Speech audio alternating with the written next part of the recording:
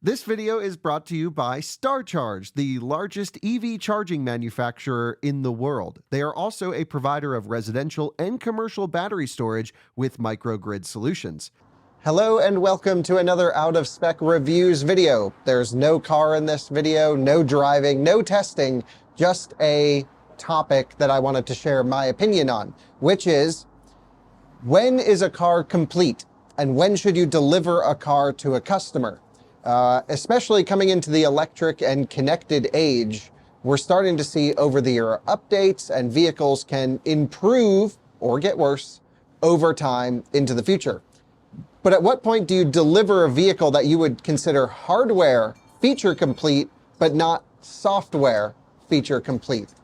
And as a recent owner of a Tesla Cybertruck, I feel like this is a topic I'm feeling every day and having conversations about with people every day. And I just wanted to at least discuss this, especially because I've been having conversations not only just with general EV drivers and potential consumers, but also vehicle engineers at different companies and different types of vehicle companies, from brand new startups to existing automakers that do it their way. So that's what we're talking about now. When should you deliver a vehicle, and what features should you update into the future?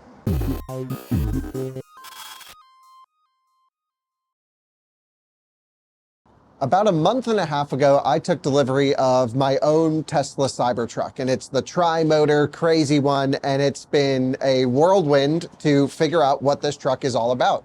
We've raced it across the country, we've done everything. But also in that time period, others have launched electric vehicles, and I've had the chance to test them. For example, tomorrow's video will be on the new Porsche Macan EV, and just different strategies to bring vehicles to markets, of course, is what we're seeing and what I'm seeing a lot of in the comments. So here's what sparked this whole video idea.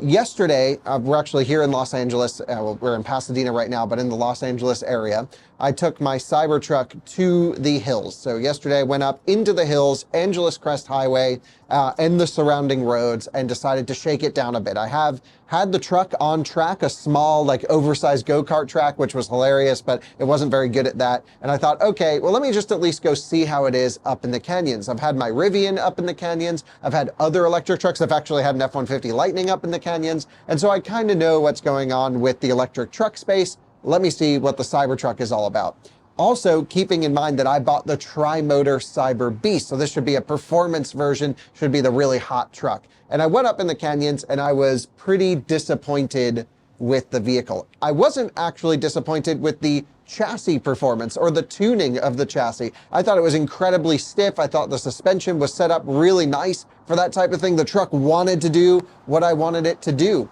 And it was just a whole bunch of software controlling the motors and the ESP and the ABS calibration that I thought was all wrong. And actually the steer-by-wire, in my impression, had gotten better from my initial test on Cybertruck.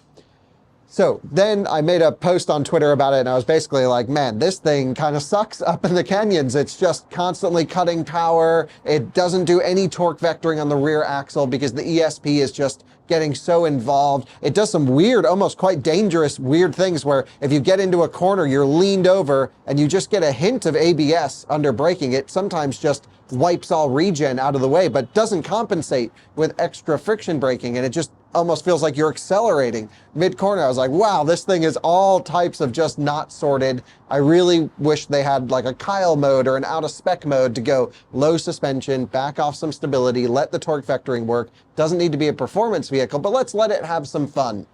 Okay, you buy a Cyber Beast, tri-motor, should be fun. The Rivian, really fun car up in the hills. Doesn't have the thermal performance that the Cybertruck has, but that's what I put up there. And in response to my post, Wes Morrill, I believe is his name, who's the lead engineer of the Cybertruck, seems like a really awesome guy. We've had a lot of back and forth online. I think he appreciates our coverage. I certainly appreciate his work. He commented, he's like, thanks for the feedback. We're aware of a few items, something along those lines, and the improvements will be coming via an over-the-air update. So then, I start telling my friends about it when I'm around here. I'm like, I took the Cybertruck up in the hills, and I was like, chassis-wise, steering actually, like the brakes were better than I thought, but then like everything else was kind of not so great. And they're like, but And then I was like, oh, Wes said they're going to fix it. And the response I got from all of my friends were, why wouldn't they deliver a complete vehicle? And I just thought about this for the last day or two, and I'm like, you know what? Why didn't they make a complete vehicle and deliver that? And at what point should a vehicle be saleable? And this is such a tough topic to kind of think about. And I think I've come to my thoughts on this topic that I think is what is acceptable and what is unacceptable. And certainly I am not in a position where I'm buying a Cybertruck for my own personal use. I bought it to make videos for you guys. And so I knew going into the purchase that the vehicle doesn't have a front differential locker engaged. The dual motors don't have either differential lockers engaged. I knew going into the purchase that autopilot wasn't going to work. And here I am with almost 10,000 miles on my Cybertruck, still without autopilot, with no guaranteed timeline as to when it's to come. And the charging performance sucks. There's no way around it. The charging sucks on the truck. And they say that's going to come through an over-the-air update. So it's like every one of my complaints that I've had with the truck has really not much to do with the physical construction of the vehicle. All of the hardware seems to be in there. All of that seems to be really great. So through the engineering process, they're like, let's make it super stiff. Let's make the suspension super sporty at the compromise of wheel articulation off-road, and the aftermarket can handle some of that. I understand the compromises of where they had to go to bring the truck to market from a hardware perspective. But is it acceptable that it doesn't have the software to even function nearly as well as a base Model 3 that costs 1/4? Yeah, 1/4 the cost roughly. I think that's unacceptable. And I would argue that most of my friends that I've told feel that this is unacceptable. And I've even found myself coming into when I'm in conversations about what should be over-the-air updatable and what's coming on the truck, I'm like, oh, it doesn't have autopilot yet, but it's coming. Steve, it's coming. Don't worry. Tesla will update my truck. Actually, there's no guarantee that they will update our truck with autopilot. Now, I'm pretty sure they will. I'm pretty sure they are going to have locking diffs through software. Tesla's proven over the years that they do a really good job of software updating the vehicles and staying on top of them, especially with Cybertruck. A lot of improvements coming rapidly. But everything that's coming to Cybertruck, in my opinion, and I think everyone else's, you should all agree, it should have been there on day one. And should they have delayed the launch of the truck a year to sort it out and make a complete vehicle that's saleable? Or should they have delivered it the way that they did to their super hardcore fans that they know are not going to complain about the issues, and then finish the engineering later? And I was just with some Porsche engineers talking about this topic. I've been with BMW engineers talking about this topic, and I've been with Lucid and Rivian engineers as well. And everyone has a little bit of a different viewpoint as to what is acceptable and what is not. And ultimately, our viewers, you guys, consumers, need to make that decision with your own money. If the vehicle isn't what you want it to be yet, a lot of you will wait to buy it until it satisfies all of the requirements that you have for a vehicle. Some of you will take the leap of faith, buy a vehicle, expect it to get better. I'm looking at you Fisker owners. And then it actually is such a long and annoying process to get it better, and then you're trapped in a vehicle that's depreciating by the day, that doesn't fit your needs, and you were led to believe it should be better. So here's my opinion on this. I think a vehicle, when it is time to be delivered, should be complete from a initial advertised feature set should be complete. So if the advertising material, if you were led to buy the vehicle for any specific feature, those features should be in the vehicle at start of production. I also think that, I think that actually covers most of it. And then I think the over-the-air software update portion, because a lot of people, yes, want a complete vehicle, but also want over-the-air improvements, which kind of contradict themselves, because if you build a perfect vehicle or a close to perfect vehicle, then over-the-air updates don't really have a need to improve the vehicle.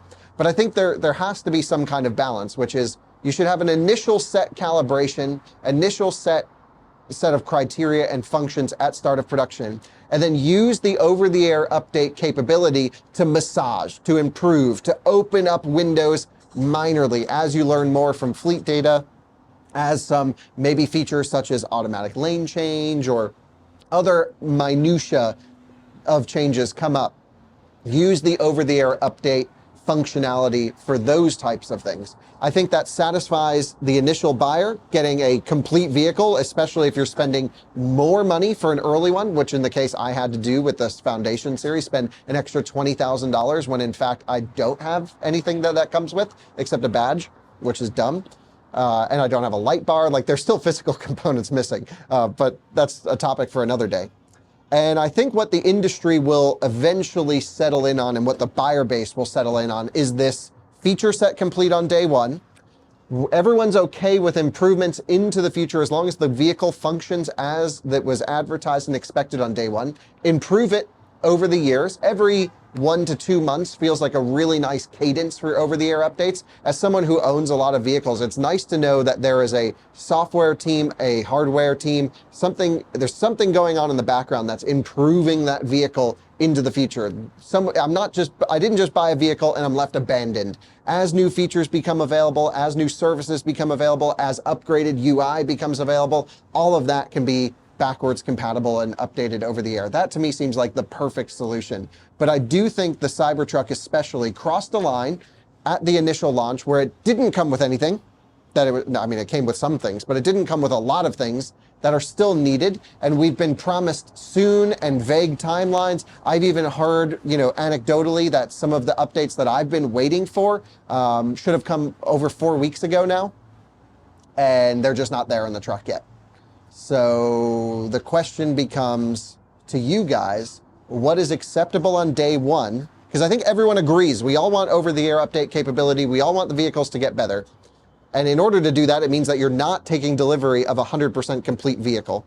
What does everyone like that mix to be? What should be there on day one and what should come into the future? That's what I want you guys to comment with. When I talk to a lot of the German engineering colleagues, this just blows their mind. They're like, we've spent the last 3 years, engineering to the last nth degree, every single thing on the vehicle so that when you buy a Porsche, Audi, Mercedes, BMW, etc. When you buy one of those vehicles, it's done. There's no, they can update some security patches. They can update maybe a small little feature here or there with over the air, but the vehicle's complete.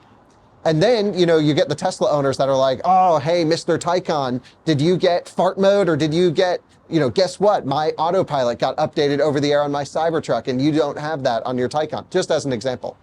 But it's like that car came completed and the new Tesla didn't come completed. It's just I think the answer lies somewhere in the middle. Certainly a lot of the existing automakers spend too much time, delay start of production, don't get vehicles to market, and don't leverage the over-the-air update capability as much as they should, whereas some of the new entrants are leveraging the over-the-air update capability, selling vehicles that aren't complete, and just shoving the problems down the line. And some people are certainly okay with this, and some people certainly are not. I would argue most Cybertruck owners today are way more okay with waiting for new features than the average consumer would be on an average vehicle. So I hope this is not a new trend for Tesla. Thanks for watching. Love to see what you guys think. See you on another one again soon. Bye-bye.